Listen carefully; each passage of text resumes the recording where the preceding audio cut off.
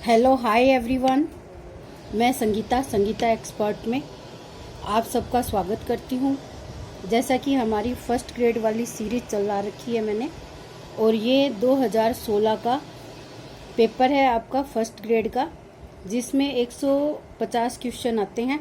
और कल हमने 60 क्वेश्चन है वो देख लिए थे, और आज हमारा 61 वाला क्वेश्चन है, उसको हम देख रहे हैं।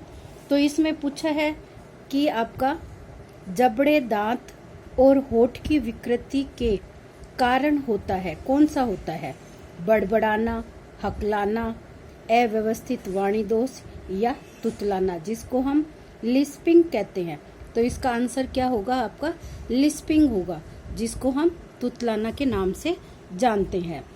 फिर है भय संबंधित भाव है। भय मतलब डरना, यानी भय संबंधित भाव किसमें होगा? संकोच करना या शर्माना, खुश होना, स्नेह करना और जिज्ञासा होना। तो ये तीन तो आपको समझ में आ ही रहे हैं कि खुश होने में आपको कोई भय नहीं लगता है। स्नेह करना यानी किसी से प्यार होना या खुद प्यार करना किसी से, तो ये कोई भी भय का कारण नहीं है। जिज्ञासा होता है नई नई बातों को जानना, तो ये भी भय के कारण नहीं हो सकता है। तो भय के कारण हम क्या करते हैं? संकोच करना करते हैं। 63 नंबर वाला जो क्वेश्चन है वो आपका बता रखा है, हस्तलेख समस्या को यह कहते हैं। हस्तलेख मतलब लिखने से संबंधी, जो हाथ से हम लिखते हैं उसकी जो समस्या होती है उसको हम क्या कहते हैं? तो इसको हम डिस्ग्राफिया कहते हैं। आप जैसे इसको समझने के लिए डिस्ग्राफिया, ग्राफ करना, ग्राफ किससे बनाते हैं? हम हाथ से बनाते हैं ना। तो जो हस्तलेखन की समस्या होती है उसको हम डिस्ग्राफिया के नाम से जानते हैं। तो ये हमारा 63 के लिए आंसर आ जाएगा।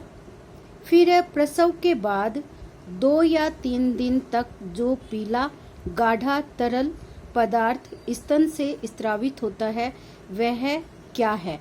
तो ये आपका अभी लैब असिस्टेंट वाले क्वेश्चन में भी पूछा गया था, बस पूछने का तरीका थोड़ा सा अलग था। तो सबको पता है वो दूध भी होता है, स्टेरॉइड, कोलेस्ट्रोल या खीस या कोलेस्ट्रम। तो इसको आपको इन दोनों ऑप्शन को, ये दो तो बिल्कुल होंगे ही नहीं, जो 2 या 3 दिन तक पीला गाढ़ा तरल पदार्थ स्तन से स्रावित होता है तो उसको हम कोलेस्ट्रोल नहीं कहते हैं बल्कि कोलेस्ट्रम कहते हैं। और इसका दूसरा नाम पूछा जाए तो खीस।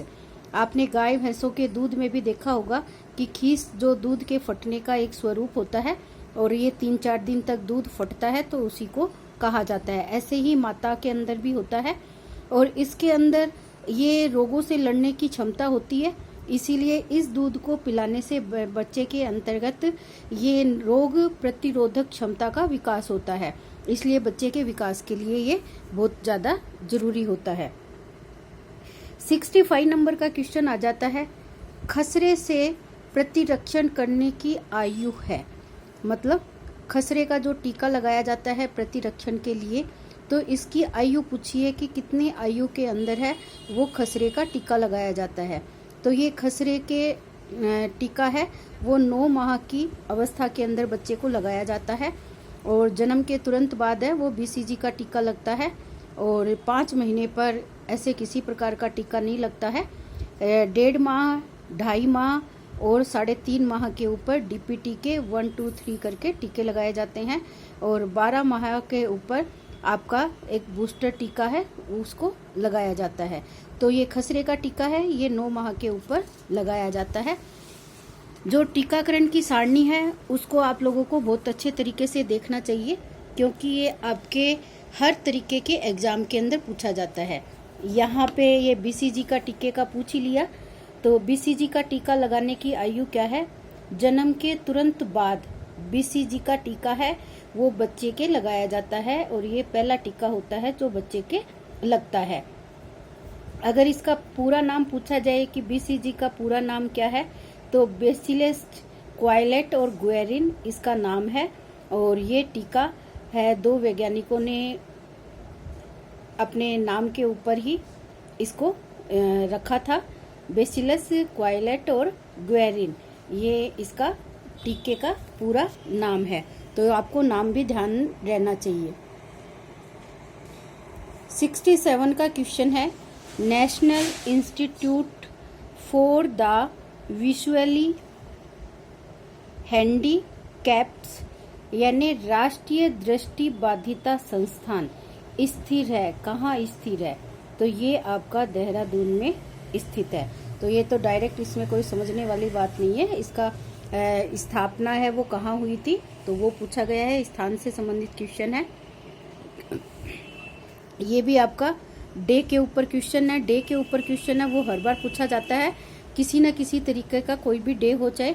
तो यहाँ पे पूछा है कि वर्ल्ड एड्स डे कब मनाया जाता है?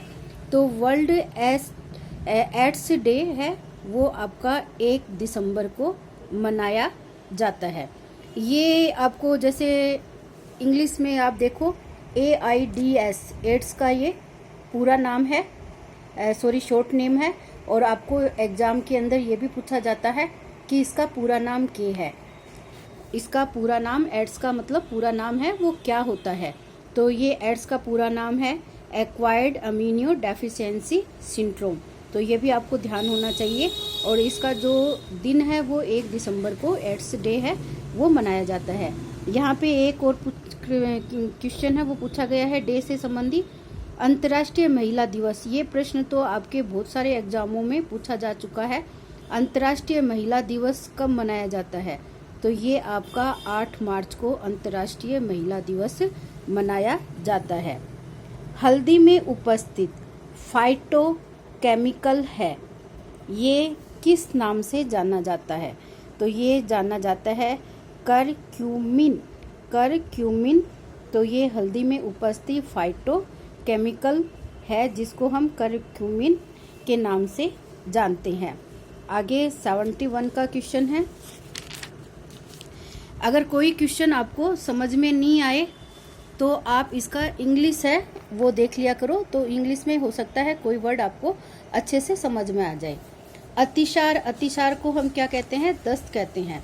दस्त में जो आहार प्रस्तावित होता है वह है, तो कम रेशे युक्त आहार दस्त वाले रोगी को देना चाहिए।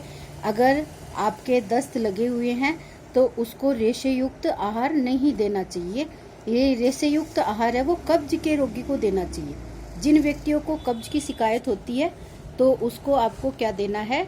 रेशे युक्त आहार देना है। और इसी के विपरीत अगर दस्त हो जाए तो आपको रेशे युक्त आहार है वो बंद कर देना चाहिए या कम देना चाहिए। आगे प्रश्न है आपका 72 का, एक मोटे व्यक्ति के आहार में सम्मिलित किया जाना चाहिए। मोटा व्यक्ति है तो इसका मतलब उसके अंदर एनर्जी युक्त यानी ऊर्जा युक्त भोजन है उसकी मात्रा को हमें कम करना है। तो ये किस में संभव है? जैसे कार्बोहाइड्रेट है, कार्बोहाइड्रेट है वो ऊर्जा का स्रोत होता है। तो ये केले में दे रखा है पुडिंग, तो केले इसका प्रयोग बिल्कुल नहीं करना चाहिए। मैक्रोनी सलाद है और वेजिटेबल सब्जियों का सलाद है ये उसको देना चाहिए। तो ये मोटे व्यक्तियों के लिए ज़रूरी है कि सब्जियों का सलाद है उसके भोजन में ज़्यादा होना चाहिए और अनाज की मात्रा है और वसा युक्त भोजन है उसको कम कर देना चाहिए।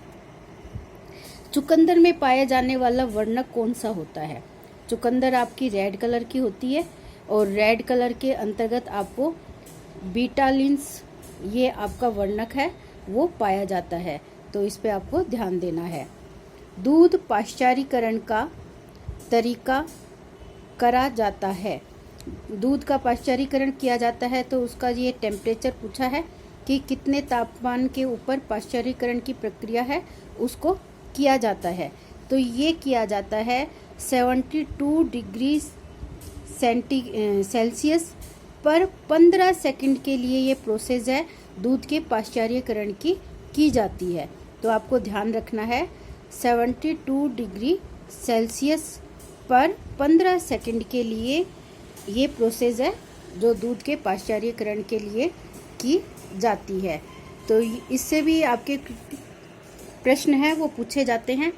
आपका 76 नंबर का क्वेश्चन आ जाता है, सलाइवा जिसे हम लार कहते हैं, लार में पाया जाने वाला एंजाइम्स क्या है? तो लार में क्या पाया जाता है? लार में आपका इमाइलेज है वो पाया जाता है। मुफा का सबसे अच्छा स्रोत क्या होता है? मुफा का सबसे अच्छा स्रोत है वो आपका मूंगफली का तेल माना जाता है। तो मुफा है वो एक मूंगफली के तेल से संबंधित जो आपका स्रोत है वो सबसे अच्छा इसका उदाहरण माना जाता है। ICMR 2010 के अनुसार एक वयस्क आदमी के लिए जस्ता या जिंक की RDA प्रस्तावित आहारिक मात्रा है, वो क्या बताई गई है? तो ये 12 मिलीग्राम प्रतिदिन बताई गई है। अब हमें ये 2010 की ना देखकर हमें क्या देखना है, 2020 की RDA सारणी देखना है। तो इसके लिए ऊपर है, मैंने वीडियो है पहले से बना रखा है एक तो, और आगे के लिए और आपको एक वीडियो है, इसके RDA चार्ट है जिसको हम RDA चार्ट के नाम से जानते हैं। इसमें आपको प्रोटीन, वसा, कार्बोहाइड्रेट, जिंक जो नई 2020 की नीति के अनुसार ये प्रस्तावित मात्राएं हैं उसका उसमें पूरा डिटेल है, वो आपको बता रखा है। तो ये जो क्वेश्चन है ये लेटेस्ट आते हैं आपके, अब ये पुराने क्वेश्चन है वो नहीं पूछे जाएंगे। अब ये यहाँ पे एक क्वेश्चन है, यह एक एंटीऑक्सीडेंट ऑक्सीकरण रोधी होता है। एंटीऑक्सीडेंट कहा जाता है, ऑक्सीकरण रोधी है, क्या है? थायमिन को B1 बोलते हैं, विटामिन B12 की बात हो रही है और विटामिन K यहाँ पे।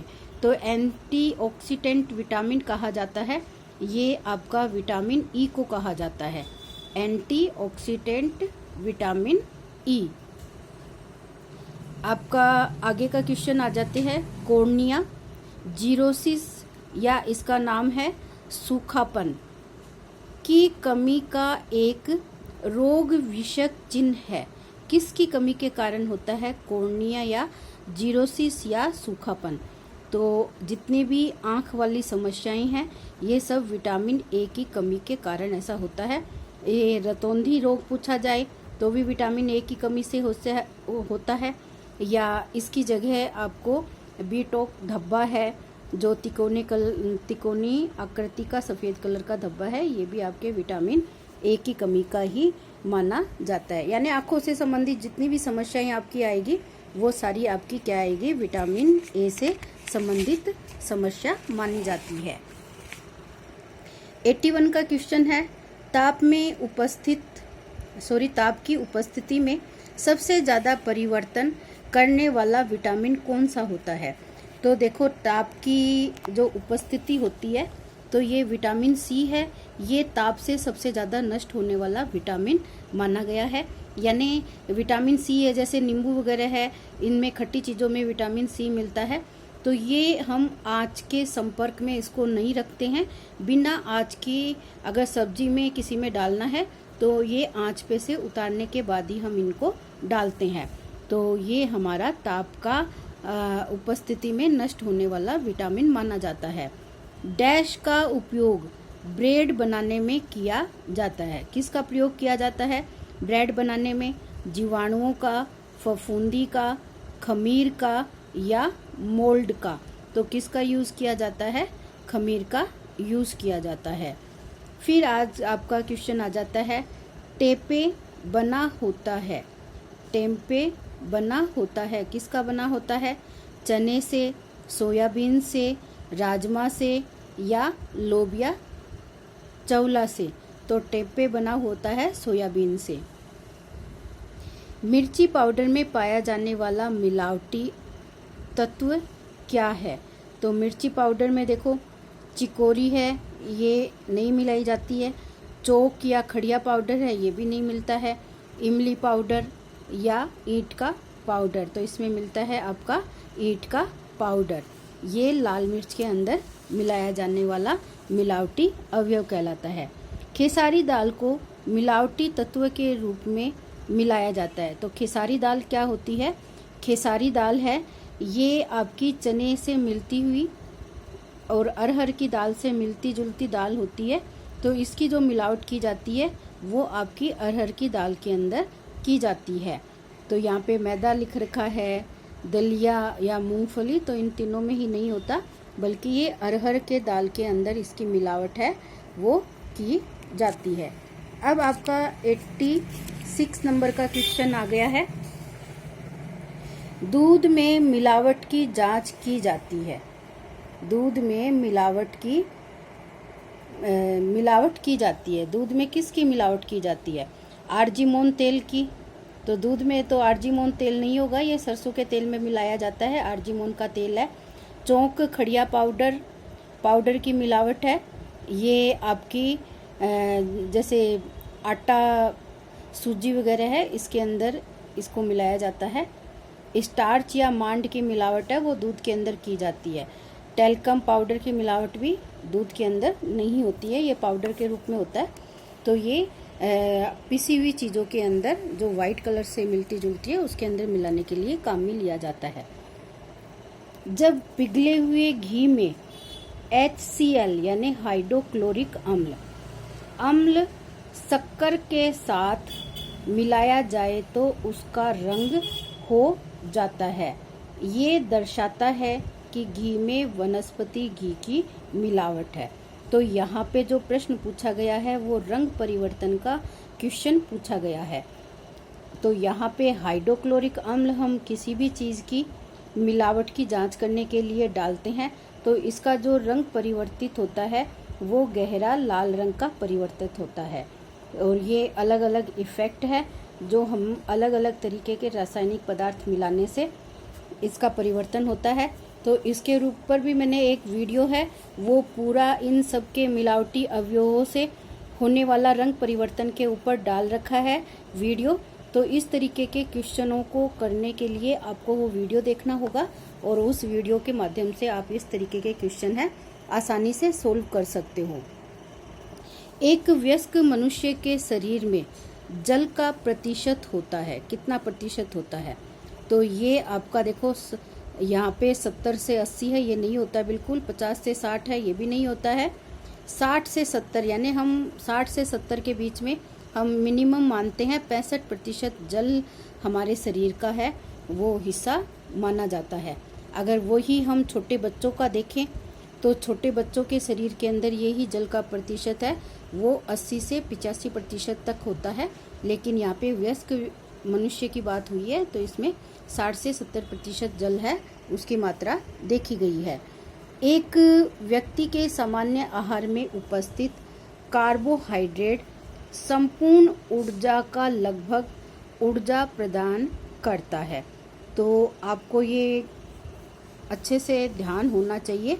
ये भी मैंने आपको बहुत अच्छे से पढ़ाया है कि कार्बोहाइड्रेट है वो 60% तक ऊर्जा देने का कार्य है, वो हमारे भोजन में कार्बोहाइड्रेट का ही होता है। तो कार्बोहाइड्रेट में ऊर्जा प्राप्त करने का मुख्य स्रोत बताया गया है और इसका आंसर हो जाता है 60% तक। स्कूल में बच्चों को आहार प्रदान करने वाला दुनिया का सबसे बड़ा प्रोग्राम क्या है?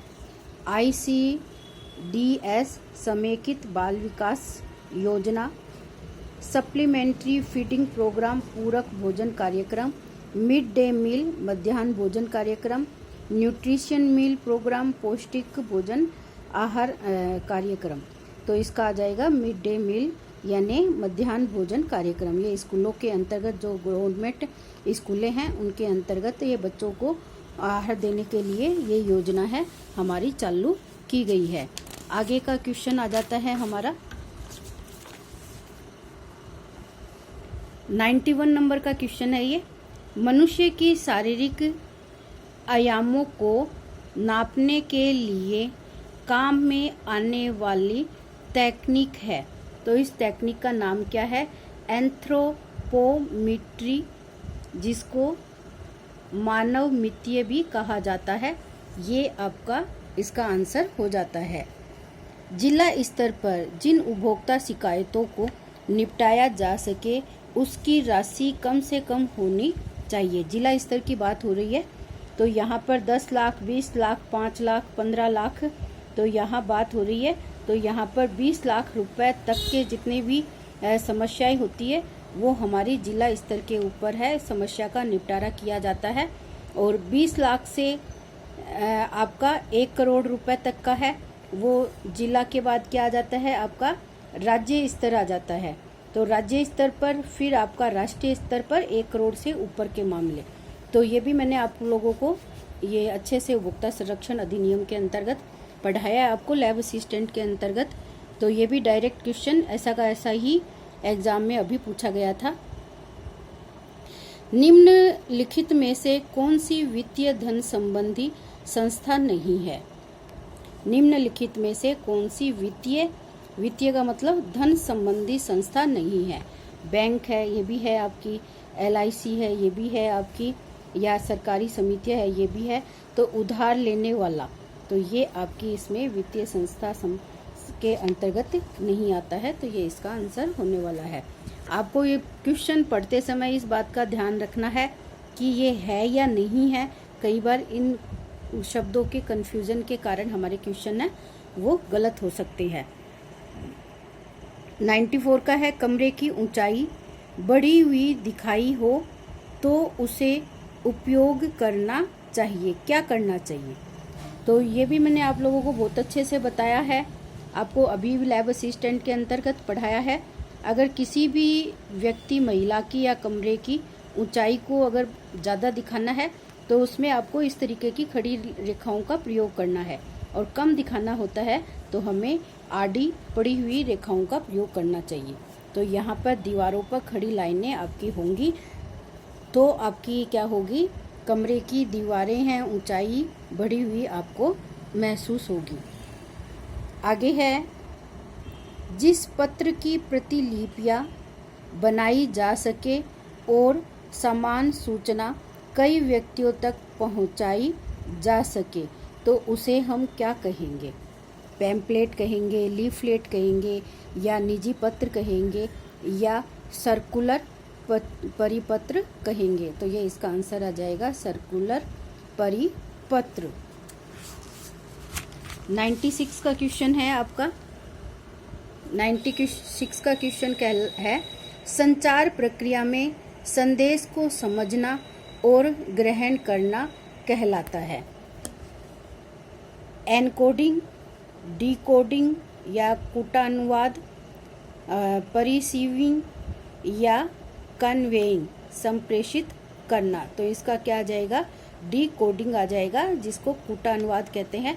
यानी जो संचार प्रक्रिया के अंदर अपनी भाषाओं के लिए हम कूट का प्रयोग करते हैं, एनकोडिंग के अंतर्गत संकेतीकरण करते हैं, उसी को ही डिकोडिंग के माध्यम से संगीत को समझने के लिए इसका कूटानुवाद किया जाता है। तो ये इसका आंसर है, ये बी नंबर का सही हो जाएगा। रक्त में कुल कोलेस्ट्रॉल का वांछित स्तर है, कितना है? तो ये आपका 200 mg प्रति